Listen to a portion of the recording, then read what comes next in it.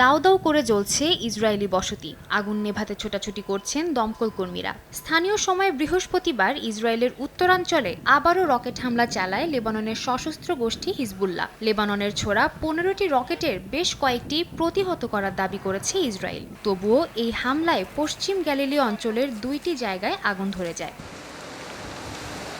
এদিকে হিজবুল্লাহ জানায় ইসরায়েলের উত্তরাঞ্চলের মালিকিয়াহ সামরিক ঘাঁটি লক্ষ্য করে রকেট ছোড়া হয়। এছাড়াও রোশ হানিকরা এবং মেদজুভা এলাকার বসতিগুলোও তাদের লক্ষ্যের অন্তর্ভুক্ত ছিল। তবে ইসরায়েলের আকাশ প্রতিরক্ষা ব্যবস্থা এই আক্রমণগুলো প্রতিহত করতে সক্ষম হয়।